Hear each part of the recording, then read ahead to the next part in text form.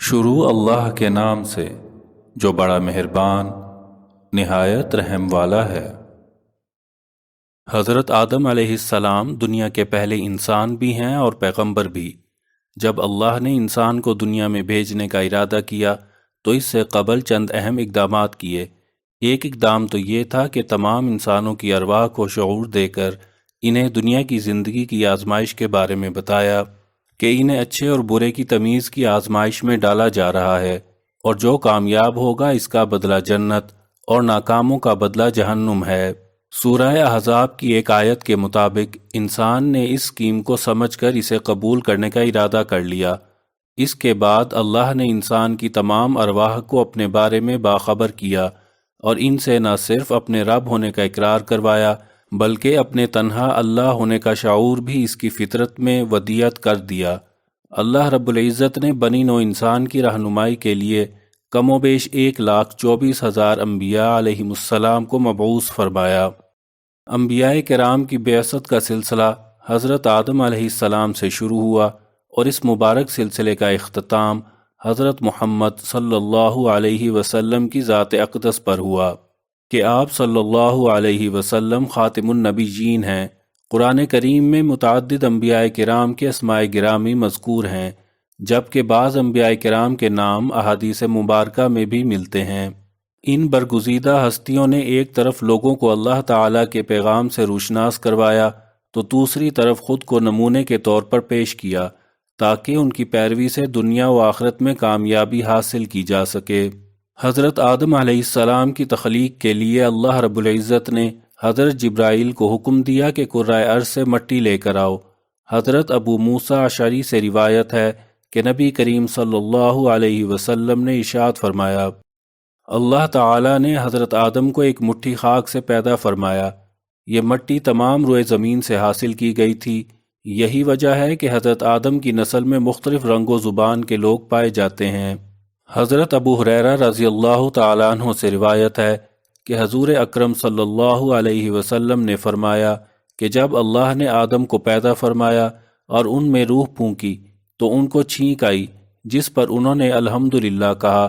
یوں سب سے پہلے ان کے منہ سے اللہ کی حمد نکلی، پھر اللہ نے برحمک ربک فرمایا۔ اللہ تعالیٰ نے حضرت آدم کو 4 عظیم شرف اور مرتبے عطا فرمائے۔ اپنے ہاتھ سے پیدا فرمایا، روح پھونکی، فرشتوں کو سجدہ کرنے کا حکم فرمایا، اشیاء کے ناموں کے علم سے سرفراز فرمایا۔ اللہ تعالیٰ نے حضرت آدم کو تمام نام سکھا کر ان چیزوں کو فرشتوں کے سامنے پیش کیا اور فرمایا اگر تم سچے ہو تو ان چیزوں کے نام بتاؤ۔ انہوں نے کہا اے اللہ تیری ذات پاک ہے، ہمیں علم نہیں سوائے اس کے جو تو نے ہم کو سکھایا ہے، بے شک آپ بڑے علم و حکمت والے ہیں۔ پھر اللہ نے حضرت آدم علیہ السلام کو حکم دیا کہ ان چیزوں کے نام بتا دو، سو انہوں نے ان سب چیزوں کے نام بتا دیے۔ اللہ تعالیٰ نے فرمایا دیکھو میں نے تم سے نہ کہا تھا کہ میں زمین و آسمان کی تمام پوشیدہ چیزوں سے واقف ہوں، میں ان باتوں کو بھی جانتا ہوں جن کو تم ظاہر کر دیتے ہو اور جن کو تم دل میں رکھتے ہو۔ حق تعالیٰ نے تمام فرشتوں کو حکم دیا کہ آدم کو سجدہ کرو، تو ابلیس کے سوا سب نے سجدہ کیا۔ اس نے انکار کر دیا اور تکبر کیا اور وہ کافروں میں ہو گیا۔ اللہ نے ابلیس سے پوچھا جب میں نے تجھ کو حکم دیا تھا تو کس چیز نے تجھ کو سجدے سے باز رکھا؟ اس نے کہا میں اس سے افضل ہوں، تو نے مجھے آگ سے پیدا کیا ہے اور اسے خاک سے۔ اللہ نے فرمایا تو بہشت سے اتر جا، تجھے حق نہیں کہ تو یہاں رہ کر غرور کرے، پس نکل جا، بے شک تو ذلیلوں میں سے ہے۔ اس نے کہا مجھے اس دن تک مہلت عطا فرمائیے جس دن قیامت آئے گی۔ اللہ نے شیطان کو مہلت عطا فرما دی تو اس نے کہا اب میں تیرے بندوں کو قیامت تک بہکاؤں گا، آگے سے، پیچھے سے، دائیں سے، بائیں سے۔ اللہ نے فرمایا جو لوگ تیری پیروی کریں گے میں تجھ سمیت ان سب سے جہنم بھر دوں گا۔ ابلیس اور شیطان ایک ہی صفت اور حقیقت کے 2 ایسے نام ہیں کہ جس کا کام اللہ کے بندوں کو ورغلانا، شر پھیلانا، انہیں اللہ سے باغی کر کے برائی کے کاموں کی جانب راغب کرنا ہے۔ یہ انسان کا وہ ازلی دشمن ہے جو قیامت تک اس کا پیچھا نہیں چھوڑے گا۔ حضرت عائشہ صدیقہ سے روایت ہے کہ نبی کریم صلی اللہ علیہ وسلم نے فرمایا کہ فرشتے نور سے، آدم مٹی سے اور ابلیس آگ سے پیدا کیا گیا۔ حضرت عبداللہ بن عمر فرماتے ہیں کہ جنات حضرت آدم سے 2000 سال پہلے دنیا میں آباد تھے، جنہوں نے دنیا میں دنگا فساد مچا رکھا تھا۔ چنانچہ اللہ نے فرشتوں کے ایک لشکر کو دنیا میں روانہ کیا، جنہوں نے ان جنات کو مار مار کر سمندری جزیروں اور ویران علاقوں میں بھگا دیا۔ حضرت سعید بن منصور کا قول ہے کہ اس موقع پر بہت سے جنات قتل کیے گئے اور کچھ گرفتار بھی ہوئے۔ انہی میں ابلیس بھی تھا جو ابھی بچہ تھا، اسے آسمان پر لا کر رکھا گیا۔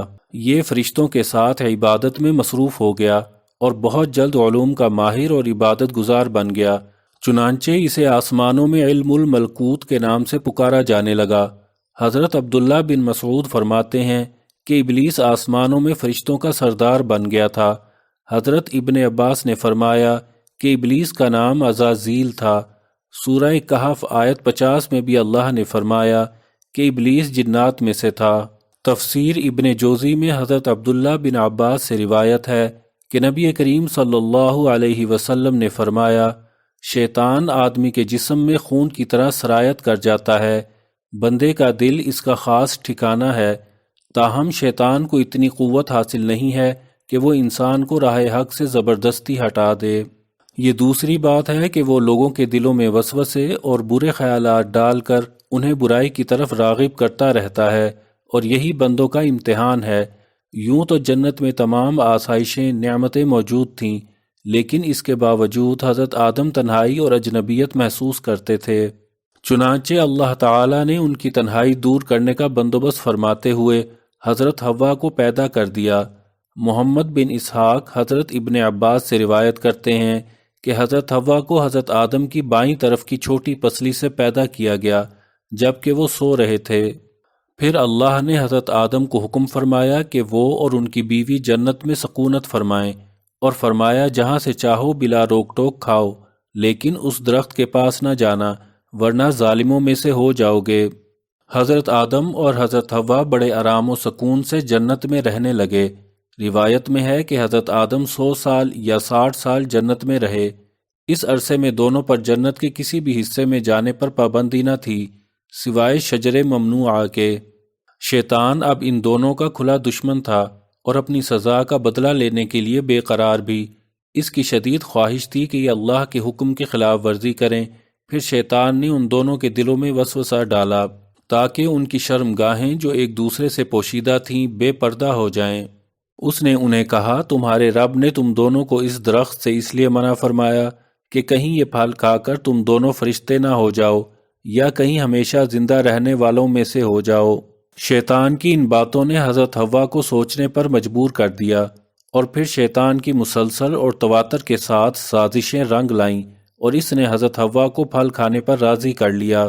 ایک دن حضرت حوا نے حضرت آدم سے کہا کہ ہم اس شجر ممنوعہ کا ذرا سا حصہ کھا کر تو دیکھیں، آخر وہ کیا راز ہے جو اللہ نے اسے کھانے سے منع فرمایا ہے۔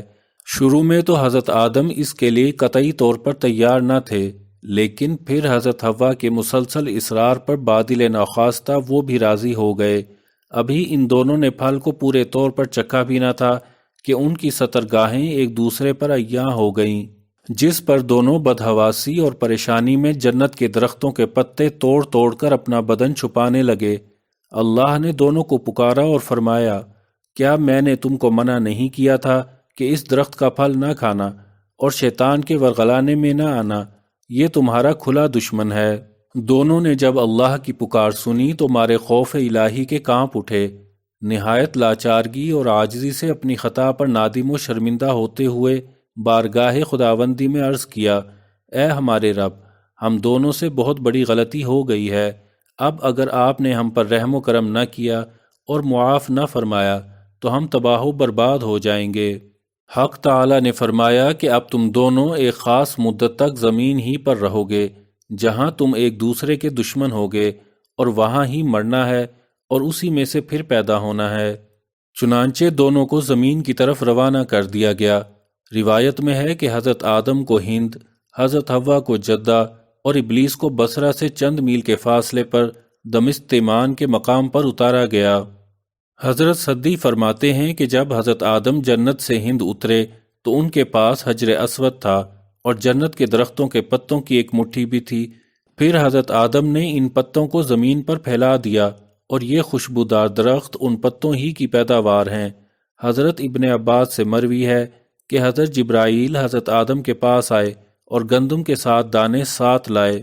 حضرت آدم نے پوچھا یہ کیا ہے؟ عرض کیا یہ اس درخت کا پھل ہے جس سے آپ کو روکا گیا تھا لیکن آپ نے تناول کر لیا تھا۔ فرمایا تو اب اس کا کیا کروں؟ عرض کیا اس کو زمین میں بو دیجئے۔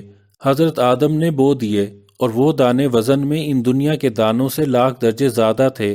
وہ دانے اگے، حضرت آدم نے فصل کاٹی، پھر دانوں کو بھوسی سے جدا کیا، پھر صفائی کی، اسے پیس کر آٹا گوندا اور روٹی پکائی۔ اس طرح محنت و مشقت کے بعد اسے کھایا۔ حضرت آدم زمین پر آنے کے بعد نہایت شرمسار اور افسردہ تھے۔ پھر حضرت حوا سے علیحدگی نے بھی سخت پریشانی میں مبتلا کر دیا تھا۔ روایت میں ہے کہ آپ ایک طویل عرصے تک اللہ کے حضور گڑ گڑاتے، فریاد کرتے اور آنسو بہاتے رہے، یہاں تک کہ اللہ تعالیٰ کو ان کی اس گریہ وزاری پر رحم آ گیا، اور پھر ایک دن حضرت جبرائیل نے حضرت آدم کے پاس آ کر انہیں اللہ کی جانب سے معافی کی نوید سنائی۔ حضرت آدم خوشی سے سرشار بارگاہ خداوندی میں سربہ سجود ہو کر شکر بجا لائے۔